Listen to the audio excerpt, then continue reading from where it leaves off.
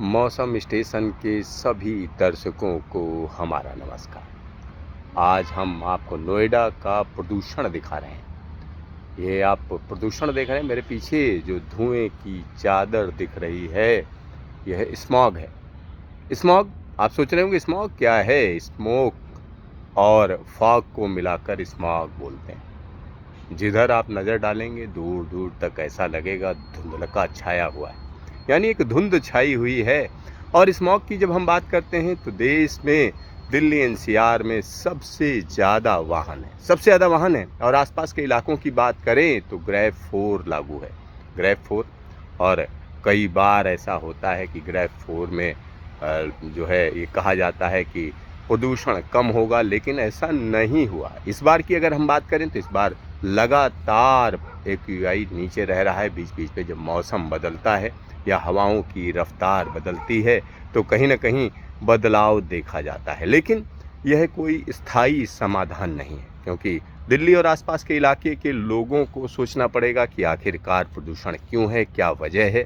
सरकारें तो अपने लिहाज से जो बोलना है बोलती रहेंगी, वो तरह तरह का प्रचार प्रसार करती रहेंगी, लेकिन असलियत ये है कि पूरे के पूरे इलाके की अगर हम बात करें तो धुंध छाई हुई है, धुंधलका है, स्मॉग है। और स्मॉग इस तरीके का कि सबको इंतज़ार है कि बारिश हो जाए, और बारिश होते ही यह स्मॉग कम हो जाएगा, ऐसी उम्मीद की जा रही है। लेकिन अगर हम पूरे के पूरे इलाके की बात करें तो देखिए, बिल्डिंग भी साफ साफ नज़र नहीं आ रही। और जिस जगह पर मैं खड़ा हूँ ये नोएडा का एक्सप्रेस वे के आसपास का इलाका है, सेक्टर 132 का इलाका है।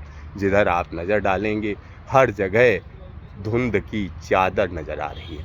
यहाँ एक और बड़ी बात मैं आपको बता दूं, जब हम बात करते हैं दिल्ली एनसीआर की तो दिल्ली एनसीआर को लेकर तरह तरह की बातें प्रचलित हैं, जिसमें जो मुख्य बात है वो कहते हैं दिल्ली का अपना मौसम नहीं है।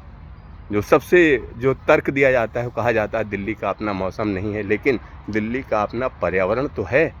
तो दिल्ली का जो पर्यावरण है पूरी तरीके से प्रदूषित है, और जाड़ों के दौरान अगर आपको अपने फेफड़े सुरक्षित रखने हैं तो निश्चित तौर पर कहा जा सकता है कि आप दिल्ली एनसीआर छोड़ दें। लेकिन यह जो बात कही जाती है यह आसान नहीं है, क्योंकि ये रोजी रोटी आपकी यहाँ पर है, आपको यहीं रहना है।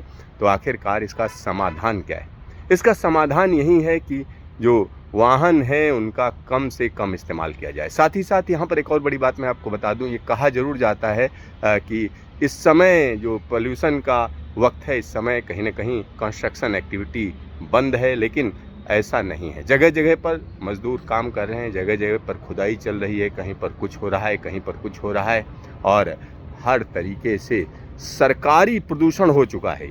ये हम कह सकते हैं कि प्रदूषण सरकारी है, क्योंकि किसी को फ़र्क नहीं पड़ता है, क्योंकि प्रदूषण की जो मार होती है वो धीरे धीरे होती है। आपको पता ही नहीं चलता है कि आखिरकार आपका स्वास्थ्य कैसे खराब हो रहा है, क्या वजह है। और जब फेफड़े काम करना बंद करते हैं या स्लो हो जाते हैं, कहीं ना कहीं उसमें सिलिकोसिस हो जाती है, तब लोगों को लगता है कि अरे ये क्या हुआ। और जब भी कोई इस तरीके की मौत होती है तो उसके पीछे जो कारण दिया जाता है, कारण यही दिया जाता है कि हार्ट ने काम करना बंद कर दिया, दिल थम गया, या कोई दूसरी बीमारी, या इस तरीके की चीज़ें कही जाती हैं। लेकिन उसके पीछे जो असल वजह है, किसी भी पोस्टमार्टम रिपोर्ट में आपको ये लिखा नहीं मिलेगा कि प्रदूषण की वजह से किसी की मौत हो गई है। तो यहाँ पर लोगों को समझना होगा, स्थिति भयावह है। और साथ ही साथ यहाँ पर एक और बड़ी बात मैं लोगों को बताना चाहूँगा, दिल्ली और आसपास के इलाकों में ईंट के भट्ठे हैं। इस समय उनका सीजन चल रहा होता है, ज़बरदस्त तरीके से ईंट के भट्ठों का काम चल रहा होता है। साथ ही साथ यहाँ पर जिस तरीके का मौसम है उसमें यही कहा जा सकता है मिक्सिंग हाइट काफ़ी नीचे आ जाती है। साथ ही साथ हवा का जो रुख है वो पूरी तरीके से थम जाता है, यानी हवाएं नहीं चल रही हैं। और हवाएं नहीं चल रही हैं, इस बार का जो पूरा का पूरा मौसम है वो अनूठा रहा है। अनूठा इस सेंस में है क्योंकि कहा जा रहा था कि ला नीना कंडीशन है, इस वजह से ठंड ज़्यादा पड़ेगी और बर्फबारी ज़्यादा होगी। लेकिन अभी तक की बर्फबारी की बात करें तो सामान्य से काफ़ी कम है। साथ ही साथ अगर हम दिल्ली एनसीआर समेत उत्तर पश्चिम भारत के इलाकों की बात करें तो वहाँ जाड़ों के दौरान जिस तरीके की बारिश होनी चाहिए वो बारिश एकदम नदारद है, बारिश है ही नहीं, क्योंकि जो स्ट्रांग WD हैं वो इस बार नज़र नहीं आ रहे हैं। और जब कोई ताकतवर सिस्टम आएगा तभी यह मौसम पूरी तरीके से बदलेगा, ऐसा कहा जा रहा है। लेकिन इस बार की अगर हम बात करें तो इस बार जो ठंड है वो 14 जनवरी के बाद एकदम मौसम पूरी तरीके से बदलना शुरू हो जाएगा। मौसम में बड़ा बदलाव देखा जाएगा, क्योंकि जब हम इस मौसम की बात करते हैं तो भारतीय महीनों की भी बात कर सकते हैं, क्योंकि इस बार अगर हम देखें तो कहीं ना कहीं मौसम हर तरीके से परेशान कर रहा है। क्योंकि कई बार ऐसा होता है जब घना कोहरा होता है तो कहीं सड़कों पर कहर आ जाता है, लोग मारे जाते हैं। एक्सप्रेसवे पर जो स्थितियां हैं उनमें लोगों की एक तरीके से हम कह सकते हैं कि एक्सीडेंट में मौत हो जाती है। तो हर तरीके से जो मौसम है वो काफ़ी महत्वपूर्ण है। लेकिन इस बार का जो पूरा का पूरा सीज़न है, हम अपने दर्शकों से फिर कहेंगे कि देखिए किस तरीके से मेरे पीछे पूरा का पूरा इलाका धुंध में डूबा हुआ है, यानी आपको सांस लेने में तकलीफ़ होगी। और जो प्रदूषण की मौत है वो धीरे धीरे होती है, ऐसा नहीं है कि आपको एकदम कोई बहुत बड़ा फ़र्क पड़ जाएगा। और यहाँ पर एक और बड़ी बात मैं आपको बता दूँ, जो छोटे बच्चे हैं या बुज़ुर्ग हैं या दमा से जो ग्रस्त लोग हैं उनके लिए एक बड़ा संकट है ये।